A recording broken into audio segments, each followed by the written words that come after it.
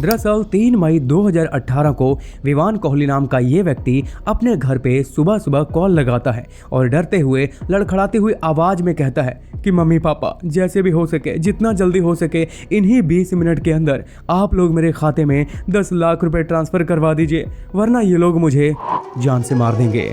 पापा जो है ये मुझे मार देंगे, इनको 10 लाख रुपए दे दो, मुझे बचा लो। ये बात सुनते ही उसके माता पिता घबरा जाते हैं और वो भी घबराते हुई आवाज में कहते हैं कि बेटा इन्हीं 20 मिनट के अंदर हम लोग 10 लाख रुपए कहां से लेकर के आएंगे, तुम भी जानते हो कि हमारे घर के हालात कैसे हैं। कि तभी अचानक से विवान कोहली के पीछे से उसके माता पिता को आवाज सुनाई पड़ती है जो कि लड़की की आवाज होती है और वो कह रही होती है कि तुम लोगों के पास सिर्फ 20 मिनट है और अगर इन्हीं 20 मिनट के अंदर 10 लाख रुपए नहीं भेजे गए तो समझो खेल खत्म। हालांकि उसके माता पिता ने जैसे तैसे करके उन्हें 20 मिनट के अंदर 3 लाख रुपए तो भेज दिए, पर अफसोस तब तक बहुत देर हो चुकी थी। फिर 3 मई की शाम को ही पुलिस वालों को पहाड़ी एरिया से एक कॉल जाती है जिसमें से सामने वाला व्यक्ति बता रहा होता है कि यहाँ पर हमें एक डेड बॉडी मिली है जो कि एक सूटकेस के अंदर पैक पड़ी है। वो कोई और नहीं बल्कि विवान कोहली ही होता है जो कि ये सारा खेल ऑनलाइन डेटिंग ऐप के थ्रू ही खेला गया था जिसमें कि हजारों लोग फंसे थे, लेकिन खुलासा विवान कोहली से हुआ। तो आखिरकार क्या थे इसके पीछे की सच्चाई, ये सब जानने के लिए हमें शुरू करना पड़ेगा। और हाँ, अगर आप भी एक सोशल मीडिया यूजर हैं तो मुझे लगता है कि आपको भी इसकी सच्चाई जानना बहुत जरूरी है, क्योंकि कौन कब इसका शिकार हो जाता है सामने वाले व्यक्ति को तो पता ही नहीं चलता। तो फिर आओ मिलकर के शुरू करते हैं और जानते हैं देश दुनिया की डार्क रियलिटी।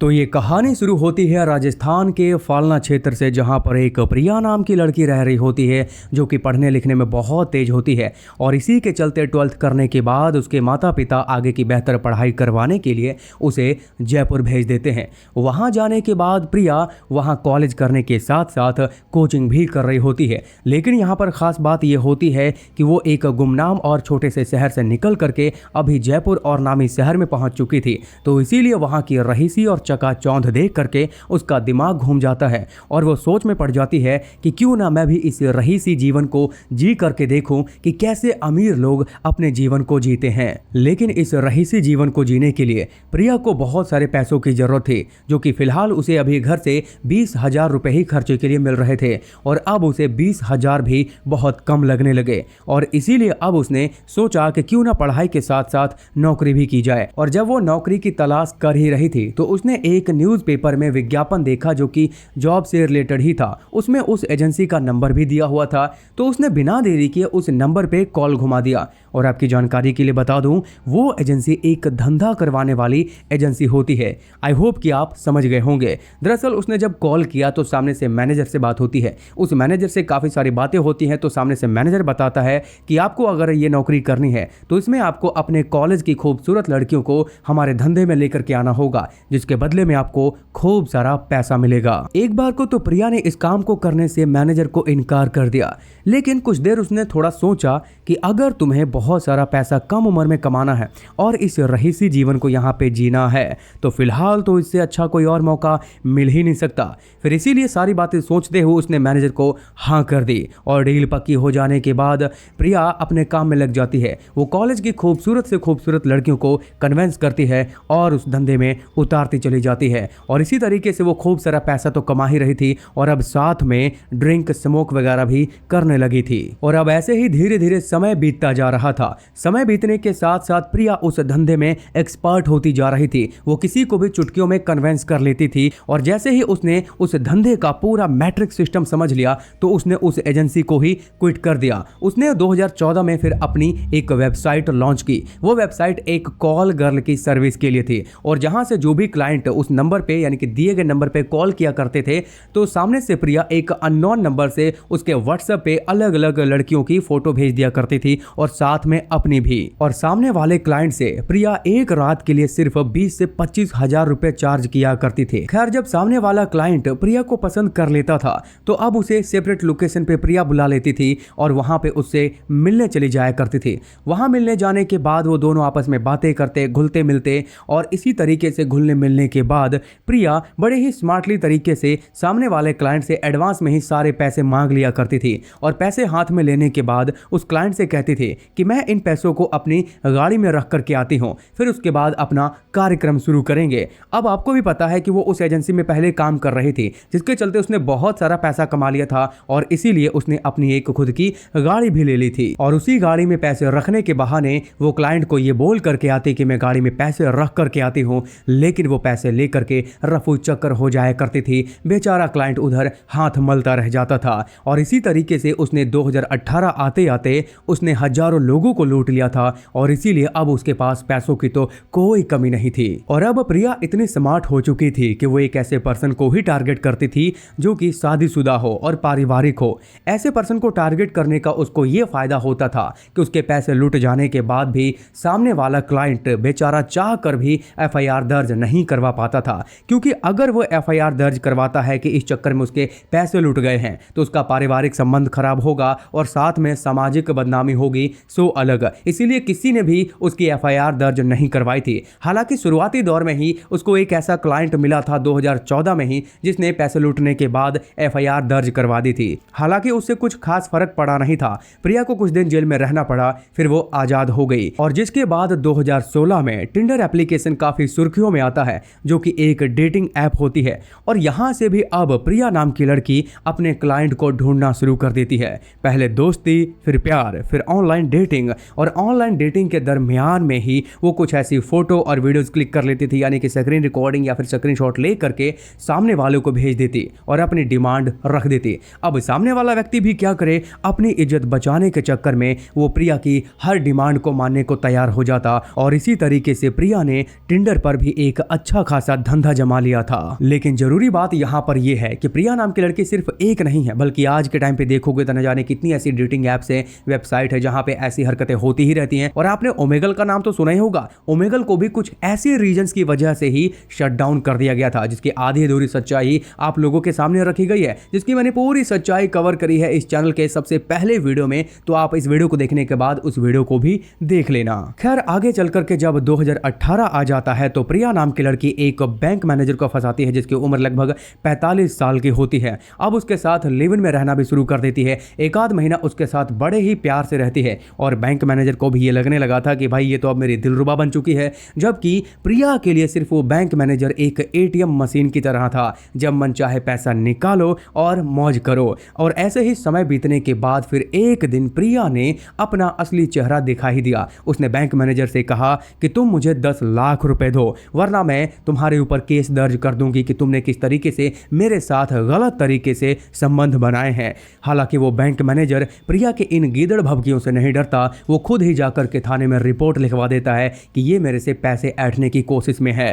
जिसके बाद पुलिस वाले प्रिया की हिस्ट्री खंगालना शुरू करती है और हिस्ट्री में 2 मामले निकल करके आते हैं। एक तो जो क्लाइंट ने इसके खिलाफ एफआईआर दर्ज करवाई थी और उसी साल यानी कि 2014 में ही इसने पैसों के लालच में आकर के एटीएम को भी तोड़ा था और दोनों ही मामलों में ये जेल जा चुकी थी। और इन हिस्ट्री को देखते हुए पुलिस वालों को ये तो समझ में आ गया कि प्रिया फिर से पैसे ऐंठने की साजिश रच रही है और मैनेजर को फंसाया जा रहा है। और ये सब देखते हुए प्रिया को फिर से 1 महीने के लिए जेल में डाल दिया जाता है। लेकिन जेल में आने के बाद हैरानी की बात तो ये हो गई कि वो अपनी हरकतों से बाज नहीं आती है और अपने धंधे में फिर से जुड़ जाती है। मतलब देख रहे हो प्रिया के अंदर कितना डेडिकेशन था अपने धंधे को लेकर के। भाई इतना डेडिकेशन तो यार मेरे को यूट्यूब को लेकर के नहीं है। खैर दोस्तों, आप लोग को वीडियो पसंद आ रहा तो यार वीडियो को लाइक कर दो और चैनल को सब्सक्राइब कर दो। यार मैं ज्यादा क्या ही बोलूं। जिसके बाद प्रिया की मुलाकात टिंडर पर ही विवान नाम के एक लड़के से होती है, जो कि विवान बताता है कि वो एक बहुत बड़ा बिजनेसमैन और करोड़पति है जो कि दिल्ली में रहता है। और ये सारी बातें सुनने के बाद प्रिया उसकी दीवानी हो जाती है। सॉरी, उसके नहीं, उसके पैसों की। और वो पूरा मन बना चुकी थी कि कैसे भी करके हमें इसका अब शिकार बनाना ही है। जिसके चलते अब वो लंबी लंबी बातें करती है, यहाँ तक कि राजस्थान के नामी होटलों में जाकर के अब दोनों का रात गुजारना भी शुरू हो चुका था। अभी दोनों का इधर लफड़ा चल ही रहा था कि दूसरी ओर प्रिया की मुलाकात हो जाती है एक 21 साल के लड़के दीक्षांत कुमार से। अब दीक्षांत भी एक रईस खानदान से ताल्लुकात रखता था। अब जैसे ही उसे पता चला कि प्रिया उससे प्यार करने लगी है और वो भी उसके प्यार में पागल हो जाता है, तो सारे कामकाज को छोड़ करके वो प्रिया के साथ लिव इन में रहने के लिए प्रिया के पास ही चला आता है। और अब दोनों एक अच्छे खासे अपार्टमेंट में लोगों के सामने खुद को हस्बैंड वाइफ प्रेजेंट करते हुए रहने लग जाते हैं। लेकिन हैरानी की बात तो ये हो जाती है कि जो लड़की आज तक हजारों लोगों को ठग चुकी थी, उसको दीक्षांत से ट्रू ट्रू लव हो जाता है। और उसी अपार्टमेंट के आसपास दीक्षांत का एक फ्रेंड रहता था जिसका नाम होता है लक्ष्य वालिया। अब दीक्षांत और प्रिया को एक साथ रहते रहते कुछ समय बीत जाता है और प्रिया को अब दीक्षांत की एक असल सच्चाई पता चलती है कि दीक्षांत भले ही एक रईस खानदान से ताल्लुकात रखता है, लेकिन फिलहाल वो 25 लाख रुपए कर्जे में डूबा हुआ है। उसने एक अच्छे खासे प्रोजेक्ट में पैसा लगाया था जो कि डूब चुका था। ये जानने के बाद प्रिया ने दीक्षांत का हौसला बंधाया और उसे कहा कि तुम चिंता मत करो, हम दोनों मिलकर के इस पैसे को बहुत जल्द ही चुका देंगे। और उसी समय के अंतराल में प्रिया ने पहली बार उस विवान कोहली बिजनेसमैन के बारे में बताया कि मैं इस बिजनेसमैन के बारे में जानती हूं जो कि बहुत ही पैसे वाला और करोड़पति है, और अब इसीलिए तो पहले तो मैं इसे अपने प्यार के जाल में फंसा लूंगी। हालांकि उसने तो पहले से ही अपने प्यार के जाल में फंसा रखा था, मे भी वो अपने बॉयफ्रेंड को कुछ ऐसा बता रहे थे। फिर आगे उसने बताया कि पहले मैं अपने प्यार के जाल में फंसाऊंगी, फिर इसे मिलने के बहाने होटल बुलाऊंगी और वहीं पे तीनों मिलकर के दबोच लेंगे और घर पे कॉल लगवा करके फिरौती के रूप में बहुत सारी रकम ऐंठ लेंगे, इससे हमारी प्रॉब्लम सॉल्व हो जाएगी। ये प्लान तीनों को फिट बैठ जाता है। फिर आगे चल के प्लान के तहत विवान कोहली को मिलने के लिए जयपुर के एक होटल में बुलाया जाता है और वहीं दूसरी ओर विवान कोहली पूरी तैयारी के साथ 2 मई 2018 की शाम 7 बजे अपने पिता की अल्टो कार लेकर के घर से निकल जाता है। हालांकि घर वालों ने निकलने से पहले उससे पूछा भी था कि तुम बेटा कहाँ जा रहे हो, तो उसने बताया कि मुझे किसी जरूरी काम से अर्जेंट बाहर जाना है, मैं बहुत जल्द वापस घर लौट आऊंगा। लेकिन अफसोस बेचारा विवान कोहली कभी भी घर नहीं लौटा। वैसे अगर आप में से कोई भी इस घटना से संबंधित रियल फोटो वीडियो देखना चाहते हैं तो आप मेरे टेलीग्राम या फिर व्हाट्सएप चैनल को ज्वाइन कर सकते हैं, जो कि इस वीडियो को अपलोड होने के कुछ घंटे बाद ही वहां पे सारी अपडेट मिल जाएगी, क्योंकि यहाँ पे ऐसी चीजें दिखाना पॉसिबल नहीं है मेरे भाई। और वहीं दूसरी ओर विवान कोहली के घर वाले बेचारे इंतजार करते रह जाते हैं। वो पूरी रात इंतजार करने के दौरान बार बार विवान कोहली के मोबाइल पे कॉल भी कर रहे थे, लेकिन उसका मोबाइल तो स्विच ऑफ आ रहा होता है। इसी दौरान उन्होंने हर एक रिश्तेदार को भी कॉल करके पूछ लिया था, लेकिन कहीं से भी विवान का कुछ भी पता नहीं चला। और इसी तरीके से वो रात गुजर जाती है और अब शुरू होती है तो 3 मई 2018 की सुबह, और अब सुबह के तकरीबन 10 बजने को थे कि इसी दौरान विवान कोहली के नंबर से कॉल आ जाता है। और ये देखकर उसके माता पिता के अंदर थोड़ी जान में जान आती है, लेकिन वो जैसे ही कॉल उठाते हैं तो उधर से विवान लड़खड़ाती हुई आवाज में कहता है कि पिताजी जितनी जल्दी हो सके इन्हें 10 लाख रुपए दे दीजिए, वरना ये लोग मुझे जान से मार देंगे। ये बात सुनते ही उसके पिता कहते हैं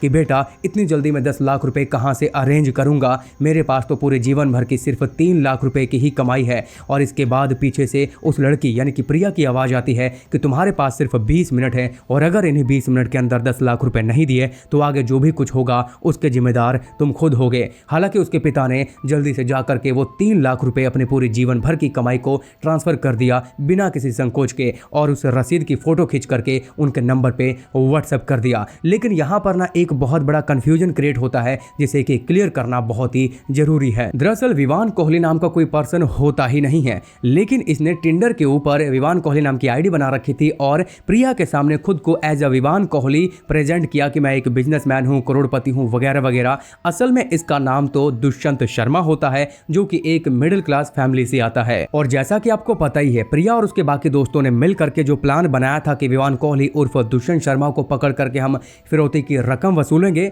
और उसे पकड़ भी लिया। लेकिन जब पकड़े जाने के बाद दुष्यंत शर्मा की सच्चाई बाहर आ जाती है कि ये करोड़पति छोड़ो, इसकी तो लाखों में औकात नहीं है। ये जान करके प्रिया को बहुत ज्यादा गुस्सा आ जाता है और वो गुस्से में कहती है दुष्यंत शर्मा को कि कैसे भी करके अपने घर पे कॉल लगाओ और उनसे 10 लाख रुपए की डिमांड करो और 10 लाख रुपए मंगवाओ। और उसी के तहत दुष्यंत शर्मा अपने पिता को कॉल करता है और 10 लाख रुपए की डिमांड करता है। हालांकि उसके पिता तो 3 लाख रुपए ही दे पाते हैं। और अब 3 लाख रुपए की अमाउंट ट्रांसफर करने के बाद दुष्यंत शर्मा के पिता चले जाते हैं थाने में रिपोर्ट लिखवाने के लिए। रिपोर्ट लिखवाने के बाद पुलिस भी हरकत में आ जाती है और ये सब अभी चल ही रहा होता है कि उसी दौरान शाम को पुलिस वालों को कॉल आती है कि यहाँ पर एक बॉडी पाई गई है जो कि एक सूटकेस के अंदर पैक पड़ी है। फिलहाल पुलिस उसे जब्त कर लेती है, थाने ले जाती है और उसके बाद दुष्यंत शर्मा के पूरी फैमिली को बुलाया जाता है और वो लोग देखते ही पहचान लेते हैं कि ये कोई और नहीं बल्कि हमारा बेटा दुष्यंत शर्मा ही है। और अब पुलिस भी हरकत में आ जाती जाती है और छानबीन करना शुरू कर देती है। शुरुआत दुष्यंत शर्मा के कॉल डिटेल से करती है कि आखिरकार वो किससे बातें किया करता था। तो उसी में ये पता चलता है कि एक ऐसा नंबर है जिससे कि वो लगातार बहुत ज़्यादा बातें किया करता था और अब उसकी लोकेशन लास्ट टाइम दोनों की एक ही जगह पर थी। तो पूरा शक उसी नंबर से आगे बढ़ता है और सबसे पहले उस लोकेशन पे पहुंच जाते हैं। हालांकि उस लोकेशन पे कोई पकड़ा नहीं जाता है, वहां पे कोई होता नहीं है, लेकिन जैसे तैसे करके पुलिस वाले आगे की डिटेल पता कर ही लेते हैं कि इसके पीछे किसका हाथ है। तो पता चलता है कि इसके पीछे प्रिया का हाथ होता है और अब उसी नंबर की लोकेशन को ट्रेस करते हुए तीनों को पकड़ लिया जाता है, क्योंकि वो तीनों ही एक ही कार में बैठ करके यानी कि दुष्यंत शर्मा की कार में बैठ करके कहीं दूर भागने की फिराक में थे। और अब पकड़े जाने के बाद आगे की कहानी पता चलती है। कहानी तो वही होती है जो कि मैंने आपको बताई, लेकिन हैरानी की बात तो ये थी कि उस लड़की से पूछा गया कि जब तुम्हें 3 लाख रुपए मिल ही गए थे तो तुमने इसे मारा ही क्यों। तो उस लड़की ने यह जवाब दिया कि 3 लाख रुपए आने से पहले ही हमने इसका खात्मा कर दिया था। और एक बात उन्होंने ये भी बताई कि इसका एटीएम होता है, उसके पिन को भी हमने पहले ही पूछ लिया था और उसके एटीएम का इस्तेमाल करके ही 25,000 रुपए निकाले गए थे। 25,000 सिर्फ इसीलिए क्योंकि 25,000 की उसकी लिमिट थी और उन्हीं 25,000 रुपए से उसकी बॉडी का ठिकाना लगाने का सारा सामान खरीदा गया था और शाम के समय उसकी बॉडी को डाल करके कहीं पहाड़ी एरिया में जाके फेंक दिया गया था, जो कि अगले दिन वही बॉडी पुलिस वालों को मिली थी। जिसके बाद इन्हें काफी सारे सबूत और 42 गवाह के साथ कोर्ट में पेश किया गया और अलग अलग जुर्म और अलग अलग धाराओं के तहत इन्हें अब कारावास में डाल दिया गया था। और हाँ, ये मैं आपको बताना भूल गया था कि इस बंदे को ना बहुत ही ब्रूटल तरीके से मारा गया था, जिसकी की फोटो वीडियो जो है मेरे टेलीग्राम और व्हाट्सएप चैनल पे अपडेट कर दी जाएगी कुछ देर बाद, जिसे आप ज्वाइन कर सकते हैं, लिंक डिस्क्रिप्शन में है। और आप लोग मुझे कमेंट करके प्लीज बताओ कि आपको ये मेरा अवेयरनेस वाला काम कैसा लग रहा है, मेरी स्टोरी टेलिंग आपको कैसे लगती है,